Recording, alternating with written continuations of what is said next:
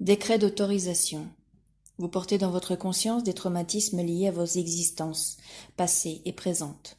Cela construit ce que vous expérimentez aujourd'hui. Beaucoup d'entre vous regardent leur vie avec lucidité, mais aussi avec bien peu de compassion. En effet, toutes les pensées malveillantes que vous avez pu avoir un jour ou l'autre sont jugées par vous comme un mal que vous devez expier par la souffrance. Pourtant, expier ne signifie pas autant douleur, mais simplement réparation de l'erreur. Ce que vous voyez est très différent. Et vous faites de même avec vos actes qui, eux, ont une répercussion évidente et généralement plus instantanée que vos pensées. Ils génèrent des événements ou des émotions pas très agréables de façon assez rapide. Là encore, parce que vous entretenez la croyance, consciente ou non, d'une justice radicale, de la nécessité d'une expiation par la souffrance, du principe de la culpabilité et d'une condamnation proportionnelle. Et si vous avez bien lu et pratiqué les 2 précédents chapitres, alors vous devez être parvenu au stade où vous commencez à porter un regard bien plus compréhensif en tolérant sur vous et sur les autres. Car bien entendu, toute condamnation que vous portez sur autrui appelle par sa nature même l'application d'une loi importante. Faites à votre prochain ce que vous voudriez qu'il vous fasse. Évidemment, vous montrer auto-compréhensif ne vous affranchit pas de faire tout ce qui est en votre pouvoir pour agir et penser d'une façon correcte, d'une manière qui respecte les autres, votre environnement tout autant que la personne que vous êtes.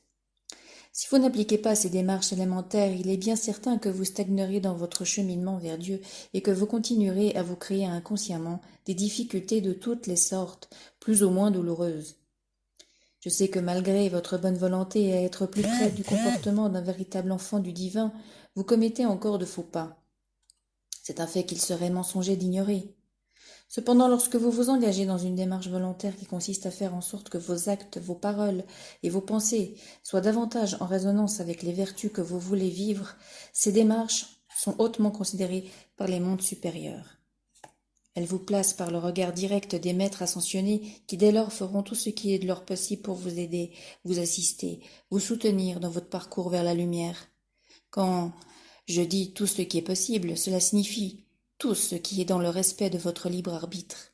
Prenez bien en considération ce fait, car il explique réellement pourquoi vous échouez souvent malgré une indéniable bonne volonté à avancer vers le juste et l'équilibre. Même si vous faites tout votre possible, vous restez des êtres humains qui font certaines erreurs, ou disons plutôt des choix qui ne sont pas judicieux. Vous produisez ainsi de la négativité et de la lourdeur dans votre vie. C'est à ce stade que vous pouvez permettre au maître ascensionné de vous secourir en prononçant le décret d'autorisation suivant. J'autorise la flamme violette à toujours agir dans le sens de mon bien-être.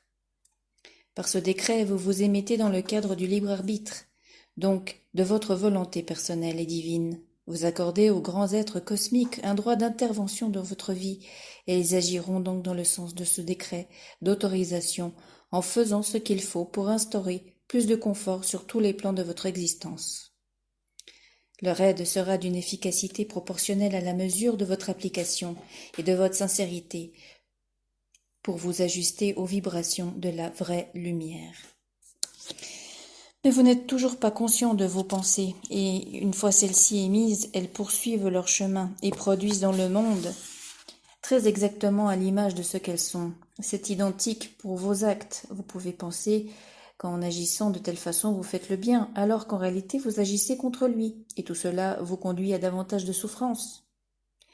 Grâce à ce décret que vous prononcez, la flamme violette enlève de la puissance aux pensées et aux actions incontrôlées. Elle en transmute l'énergie lourde qu'elle unit à celle de votre bonne volonté, afin, au pire, de vous éviter de la souffrance, au mieux de créer dans votre vie du positif. Ce décret fonctionne sur le principe du lâcher-prise. En agissant ainsi, vous reconnaissez que vous êtes encore ignorant, que vous ne pouvez pas tout contrôler, ou plus simplement que vous n'avez présentement pas encore toute la lucidité nécessaire pour agir comme un être humain éveillé. Alors vous avez la sagesse de vous abandonner à la puissance supérieure, comme le ferait un enfant confiant avec son père et sa mère.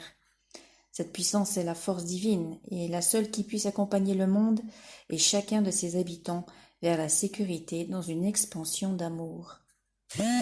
Cela ne signifie pas non plus que vous devriez rester les deux bras bâillants. Si vous avez l'opportunité de réparer une erreur, alors faites-le immédiatement. Mais il est vrai que parfois il est impossible de redresser une situation, et cela pour de multiples raisons.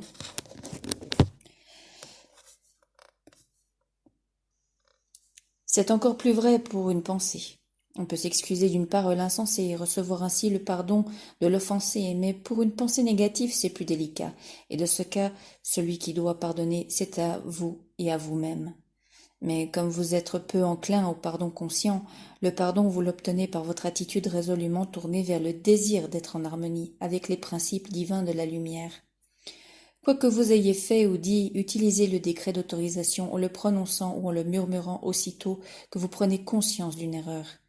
Dites-le le plus souvent possible et avec sincérité. J'autorise la flamme violette à toujours agir dans le sens de mon bien-être.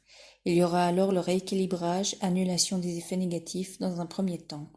Ensuite, en pratiquant ainsi avec assiduité, il y aura transmutation en force positive qui sera manifestée concrètement dans votre vie. Je suis.